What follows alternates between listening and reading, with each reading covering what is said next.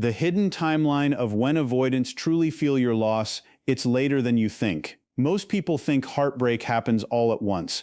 One day you lose someone and suddenly your chest feels hollow, your routine collapses, your mind spirals, and your entire world changes overnight.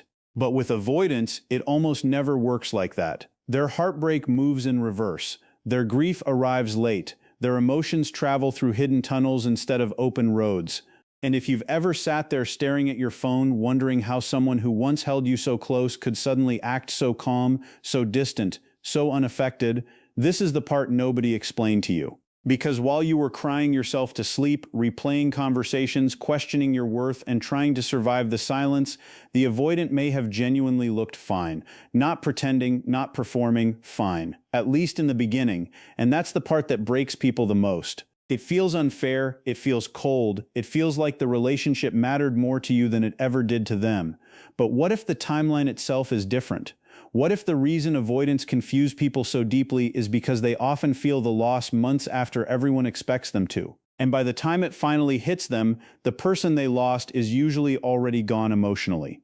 So if you've ever wondered whether avoidants truly feel heartbreak, whether your absence ever catches up to them, or why they seem untouched while you're drowning, stay with me until the end of this video because the answer is far more complicated and honestly far sadder than most people realize.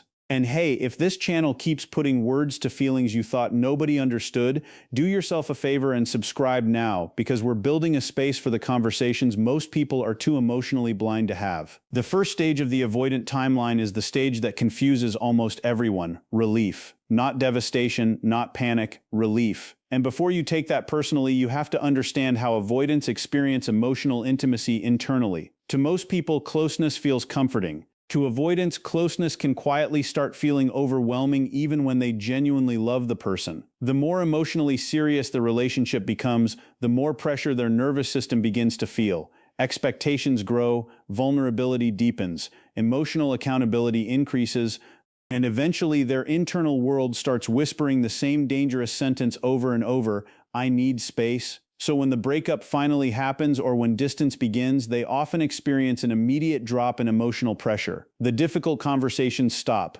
The expectations disappear, the emotional intensity fades, their nervous system finally exhales. That's why avoidants can look unusually calm right after separation. It isn't always because they never cared. Sometimes it's because the relationship activated fears they didn't even know how to explain. The silence feels peaceful at first, almost addictive. They sleep easier, they distract easier, they convince themselves they made the mature choice. And meanwhile, the other person is left staring at this version of them thinking, how are they okay already? But relief is not the same thing as healing. Relief is what happens when pressure disappears. Healing is what happens when emotions are actually processed. Avoidants are experts at escaping emotional pressure. Processing it is a completely different story. That's why the next stage is emotional shutdown mode. This is where avoidants become incredibly difficult to read because they often don't consciously realize what they're doing themselves. Instead of sitting with grief, they immediately begin organizing their life around distraction. Work suddenly becomes more important, their schedule gets fuller, they spend more time online, with friends, in the gym, gaming, traveling, binge-watching shows, talking to new people, or throwing themselves into routines that prevent silence from catching up to them. And from the outside, it can genuinely look like they upgraded their life the second you disappeared. Sometimes they even seem happier than before. But what's really happening underneath is compartmentalization.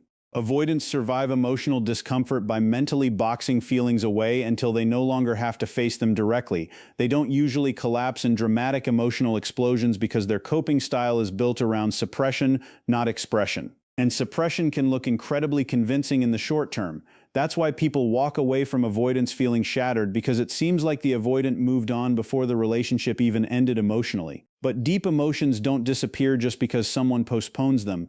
They wait, quietly, patiently, like unopened letters piling up in a dark room. And this is also why avoidants rarely chase immediately after a breakup. Most people expect loss to trigger urgency. They think, if they love me, they'll come running back. But avoidants are wired differently when emotional intensity spikes. When relationships become emotionally overwhelming, their instinct is often to move away from pressure, not toward it. So instead of reaching out impulsively, begging, pleading, or emotionally collapsing, they create even more distance. Sometimes they disappear completely. Sometimes they act strangely casual. Sometimes they convince themselves space is the healthiest option for everyone involved.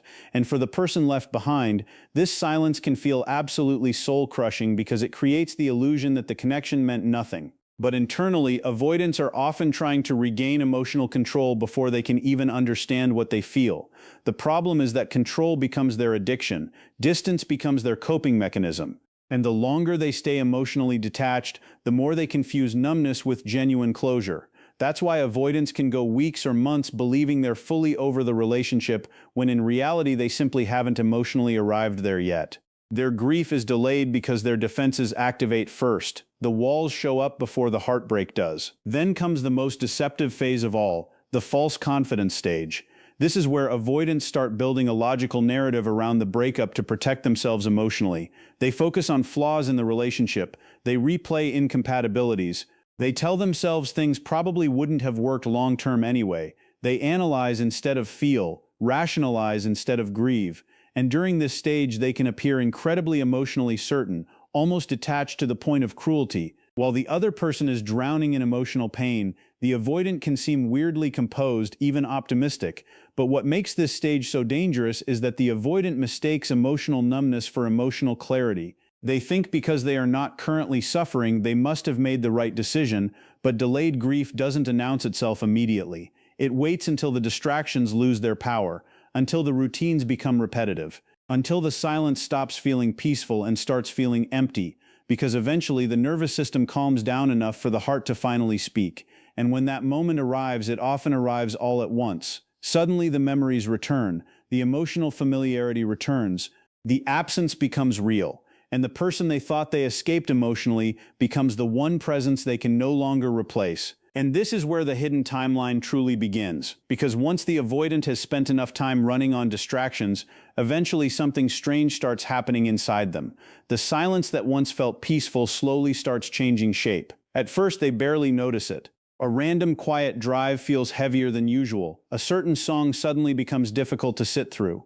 They reach for their phone instinctively before remembering there's nobody waiting for them anymore. And unlike the immediate heartbreak most people experience, this phase arrives slowly, almost invisibly, like water rising in a dark room inch by inch.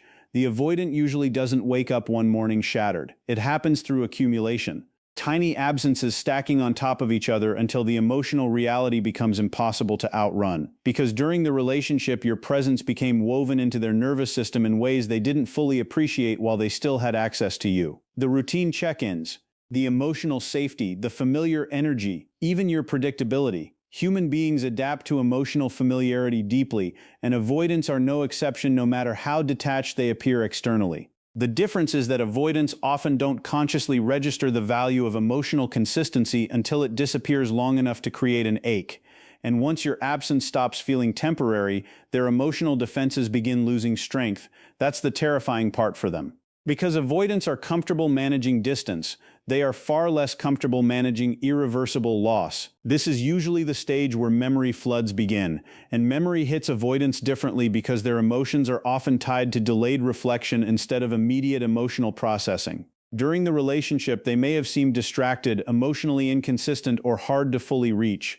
But once enough time passes, the emotional snapshots they ignored begin replaying themselves with brutal clarity. Suddenly they remember the small things instead of the dramatic ones. The way you looked at them when they were exhausted, the little rituals you built without realizing it, the messages they forgot to appreciate in real time, the moments you stayed patient while they pulled away emotionally. The strange thing about avoidance is that they often don't fully feel love while they're actively defending themselves from vulnerability. They feel it later, in hindsight, when the threat of closeness no longer exists. That's why grief becomes so delayed for them. The relationship finally starts feeling emotionally safe once it's already gone.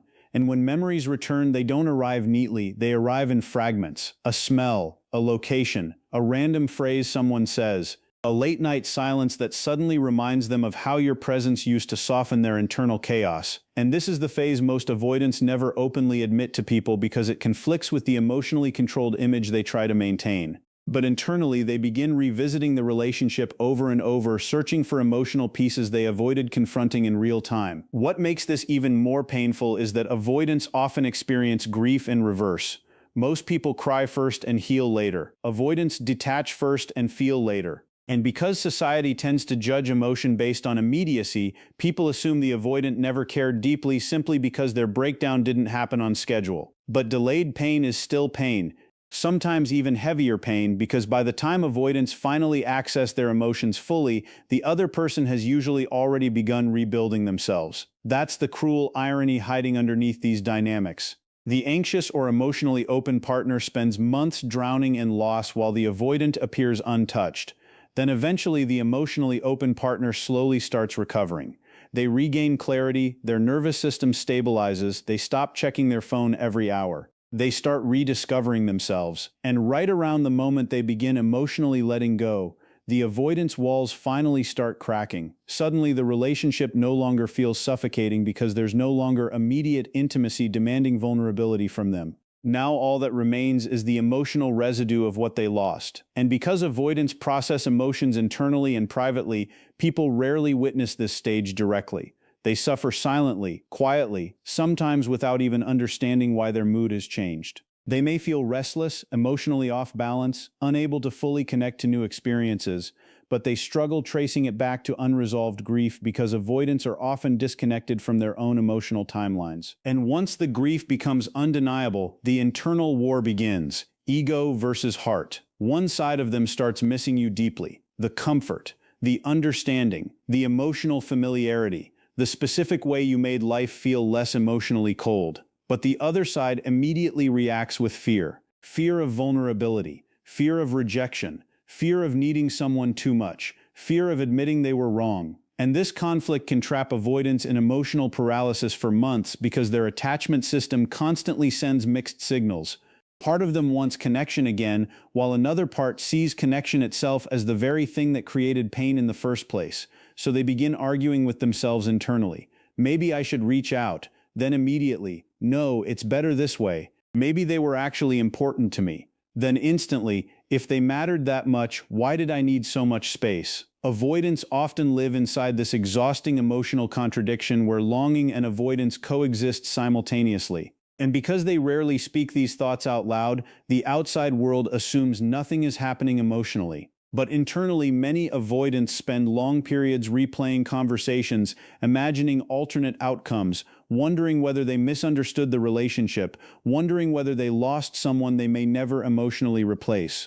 Their ego wants to preserve emotional control. Their heart wants emotional reconnection. And the longer those two sides battle each other, the heavier the emotional exhaustion becomes. That's why many avoidants eventually begin silently monitoring the person they lost instead of directly contacting them. This stage is incredibly common, yet most people never realize it's happening. The avoidant may start checking your social media more often than before, looking for changes in your energy, watching your stories quickly but pretending indifference publicly, asking mutual friends subtle questions without sounding emotionally invested, searching for clues about whether you still care, whether you've moved on, whether someone else has replaced them emotionally. And the reason avoidants do this quietly is because observation feels emotionally safer than vulnerability. Watching from a distance allows them to maintain control while still feeling connected to your existence. But this creates another painful cycle internally because every glimpse of your life forces them to confront your absence all over again. If you seem sad, they feel guilt. If you seem happy, they feel replaceable. If you seem healed, panic quietly starts forming underneath their emotional defenses. Because the avoidant's greatest unspoken fear is often not intimacy itself, it's losing emotional access permanently. And once they begin sensing that your life is continuing without them, the delayed grief they tried outrunning can suddenly intensify into something much deeper than simple nostalgia. And this is the moment the avoidance emotional timeline becomes almost tragic, because the deeper your healing becomes, the more real their loss suddenly feels. While you were initially begging internally for clarity, for reassurance, for some sign that the relationship mattered, they were still emotionally buffering themselves from the full impact of separation. But now the energy has shifted. Your attention is no longer orbiting around them the same way. Your silence feels different, colder, more permanent. Maybe you stopped posting emotionally reactive things online. Maybe you stopped checking in. Maybe your energy became calmer, steadier, less desperate for answers. And ironically, that emotional independence often activates the avoidance grief more intensely than your heartbreak ever did. Because avoidants are highly sensitive to emotional pressure, but they are equally sensitive to emotional disappearance. The moment they sense they no longer hold the same emotional access to you, panic quietly starts replacing certainty. Your growth forces them to confront something terrifying. You may actually be moving on without them. And for avoidants, emotional permanence is difficult.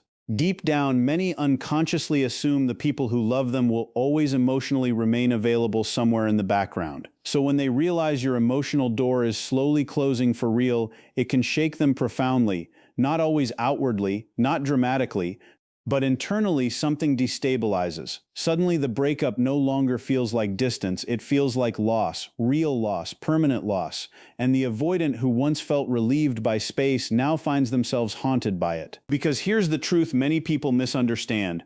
Avoidance can replace attention, but they struggle to replace emotional familiarity. They may talk to new people, date casually, distract themselves with temporary excitement, but emotional familiarity is something entirely different. Familiarity is the specific rhythm two people create together over time.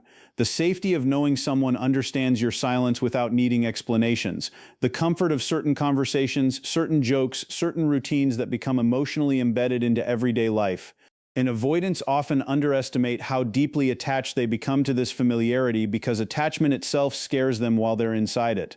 But once it disappears, they start discovering how emotionally irreplaceable certain connections truly were. New attention might temporarily soothe loneliness, but it rarely recreates emotional depth immediately. In fact, many avoidants become even more emotionally aware of the person they lost while sitting next to someone new because comparisons start happening unconsciously. The new person doesn't know their history, doesn't understand their patterns, doesn't feel emotionally known yet, and suddenly the avoidant realizes they lost more than a relationship, they lost emotional fluency, a person who had learned their hidden language. And that realization can become incredibly isolating because avoidants often struggle forming deep emotional bonds repeatedly. So even when they appear socially functional after a breakup, internally they may feel strangely disconnected from everyone around them. The hardest part usually arrives at night, because daytime gives avoidants what they love most: distraction, noise, movement, structure. But nighttime removes all the emotional camouflage. The world slows down, notifications stop, conversations fade.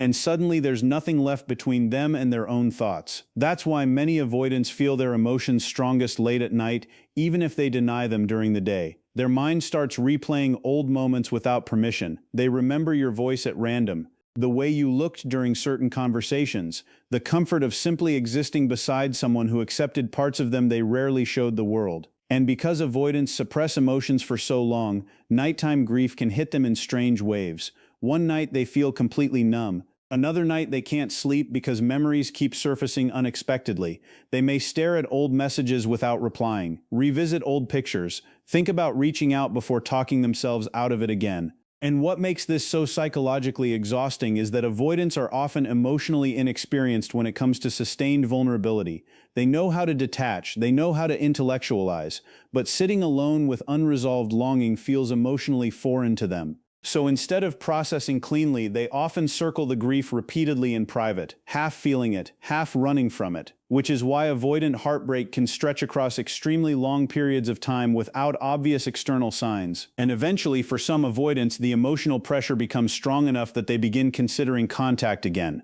But this is where people misunderstand avoidance most deeply. When avoidants return, they rarely return in emotionally cinematic ways. They don't usually arrive with dramatic confessions, massive apologies, or overwhelming vulnerability. Their nervous system still fears emotional exposure too much for that. Instead, they often test emotional safety indirectly, a random message that seems casual on the surface, a meme, a small question, a check-in that feels oddly detached considering the history between you. Sometimes they act almost normal, as if no emotional earthquake happened at all, and to the person receiving it, this can feel confusing, even insulting. How can they act so casual after everything? But what's often happening underneath is fear. Avoidants frequently reconnect in emotionally controlled ways because they're trying to measure whether emotional access still exists without risking full rejection. They test the waters before revealing deeper feelings. The problem is that by the time they finally reach this stage emotionally, the other person has usually changed. The emotional intensity that once waited desperately for their return may no longer be there in the same form. And that realization can deeply shock avoidants because they unconsciously believed time froze emotionally for both people equally. They don't realize the other person had to survive the grief alone while they were still emotionally buffering themselves from it. And somewhere inside all of this, another realization slowly begins forming inside the avoidant, one they rarely say out loud even to themselves. Maybe the person they lost actually understood them more deeply than they understood themselves. Not just loved them, understood them, saw through the walls, the distancing, the emotional contradictions, the push-pull behavior, and stayed anyway. And once avoidants fully recognize that kind of emotional acceptance in hindsight, regret can become incredibly heavy because emotionally safe connections are rare for them even when they sabotage them. They begin realizing how exhausting it is to constantly start over emotionally with new people. How rare it was to be emotionally known without needing to perform perfection constantly. And this is where avoidants often begin grieving not only the relationship itself, but the version of themselves that existed within it, the softer version, the more emotionally open version, the version that briefly felt less alone before fear took over again. Because underneath avoidance is usually not a lack of feeling, it's a fear of what feeling too much might cost them. And by the time they finally understand the depth of what they lost, they often find themselves standing in the very silence they once asked for, realizing it no longer feels peaceful at all. And yet, despite all of this delayed grief, all of this internal conflict, all of these nights spent secretly wrestling with memories they once tried to outrun, many avoidants still never fully reach out in the way people expect. And this is one of the most painful truths about the avoidant timeline, because people often assume that if someone misses you deeply enough, they will naturally come back and fight for you. But human psychology is rarely that simple, especially for people whose entire emotional survival strategy was built around self-protection. Missing someone and knowing how to reconnect with them are two completely different emotional skills. An avoidant can spend months aching internally for someone while still feeling emotionally frozen when it comes to action. Sometimes pride stops them, sometimes shame does, sometimes they replay the breakup so many times internally that the fear of rejection becomes unbearable. They wonder if too much damage was already done. They wonder whether reaching out would reopen wounds they don't know how to handle. And perhaps most painfully, many avoidants secretly believe they are fundamentally difficult to love long-term, even if they never admit it aloud. So when they lose someone who genuinely tried to understand them, a part of them assumes that losing the connection was inevitable anyway. That belief can create emotional paralysis so intense that they remain silent even while carrying enormous unresolved grief underneath the surface. And from the outside, that silence gets misinterpreted as indifference when sometimes it's actually fear mixed with emotional immaturity and regret colliding all at once. What makes this even more heartbreaking is that avoidants often become emotionally honest only in solitude. Not during the relationship, not during the arguments, not during the breakup itself, but afterward, alone, quietly, long after the other person stopped waiting for the clarity they once begged for. Because distance removes the immediate vulnerability that once scared the avoidant nervous system, and once the threat of intimacy disappears, reflection finally becomes possible. Suddenly, they can admit things to themselves they